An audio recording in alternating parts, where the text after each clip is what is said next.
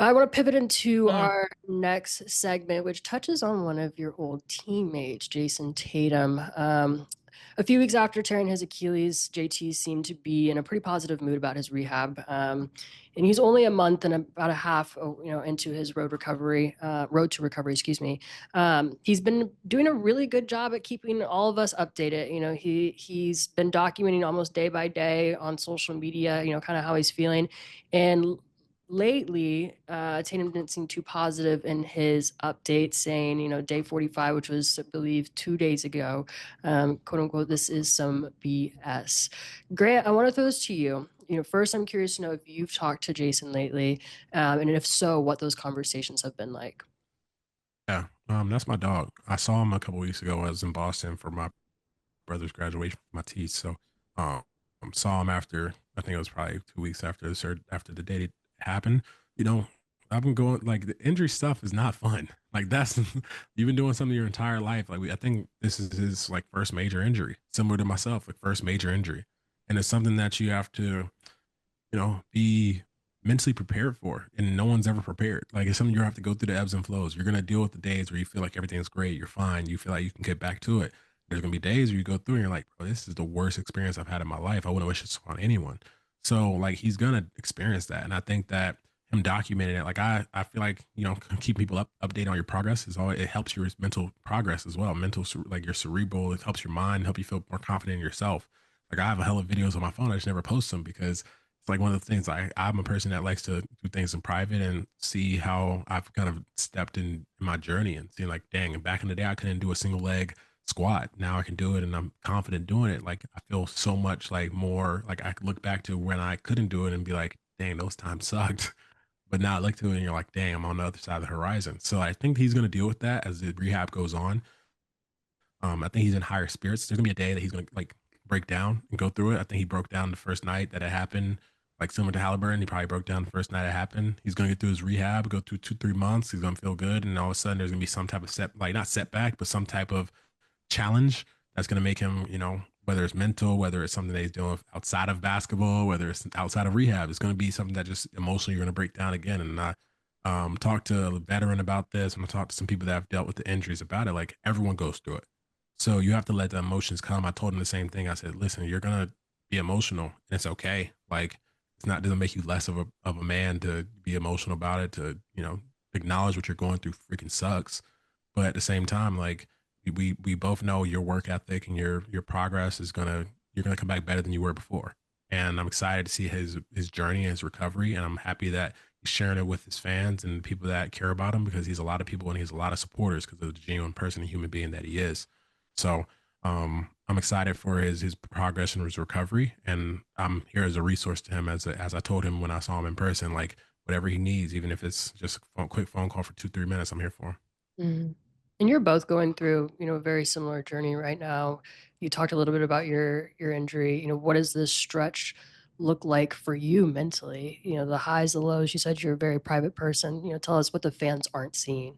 Yeah, it's just like fans. Like I'm excited to see what Kyrie's kind of documentary looks like. I like seeing other people's journeys is always because you go through it yourself. Like I feel like that's where people can do a better job. Technically, I could do a better job of because people might want to see my journey and see what kind of what I went through and the struggles. But like at the same time, you want to kind of push through it yourself and a little bit of both. So the journey's difficult.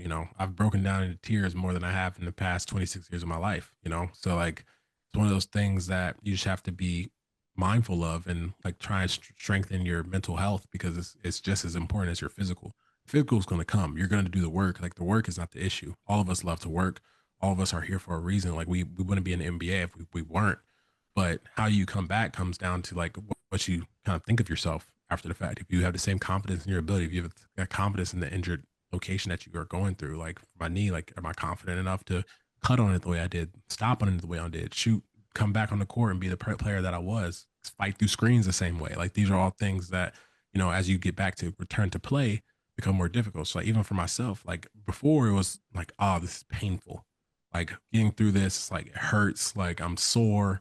Like it's like when you're going through it, you don't think your leg can do it because like you're like, oh, like it's so much pain, I can't fight through it. But you tell yourself, like, there's times where I've done imagery in the middle of my workout where I'm like, imagining my quad firing because like I was like that's what has helped me then lift the 120, 150, whatever it is pounds to get it up.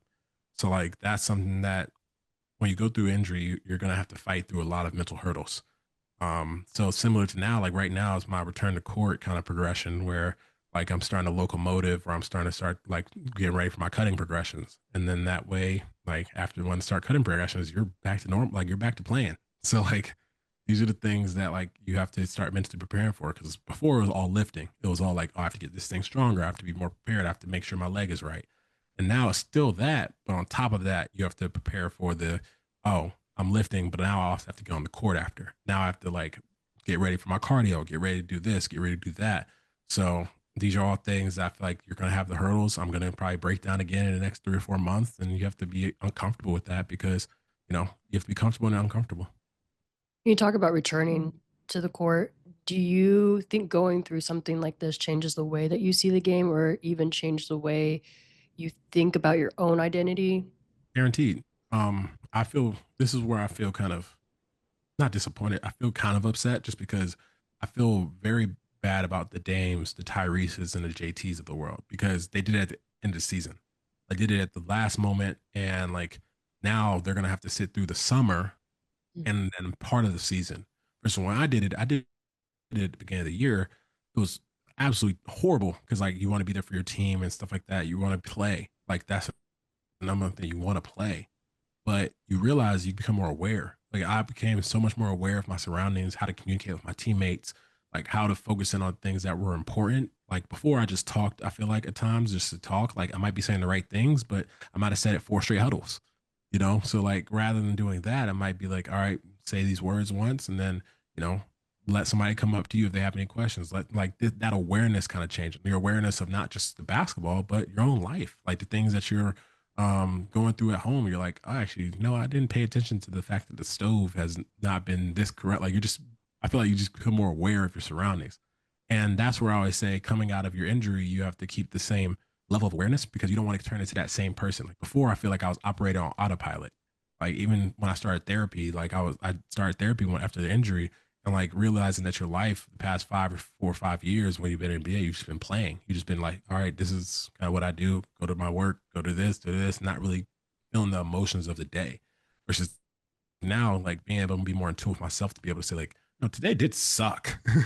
Like and acknowledging it rather than just being like, oh yeah, just another day. Like be like, it's okay to be like, all right, today was rough. And it doesn't mean that tomorrow will be. It doesn't mean that yesterday was, but like acknowledging that in the moment that this was rough and maybe I do need to go take care of myself in some capacity. Maybe I gotta, go take my dogs to the park, and take my mind off it. Maybe I, you know, go have a date with my girlfriend. There's a bunch of different things that you can do. So I feel like that's what the mind frame is.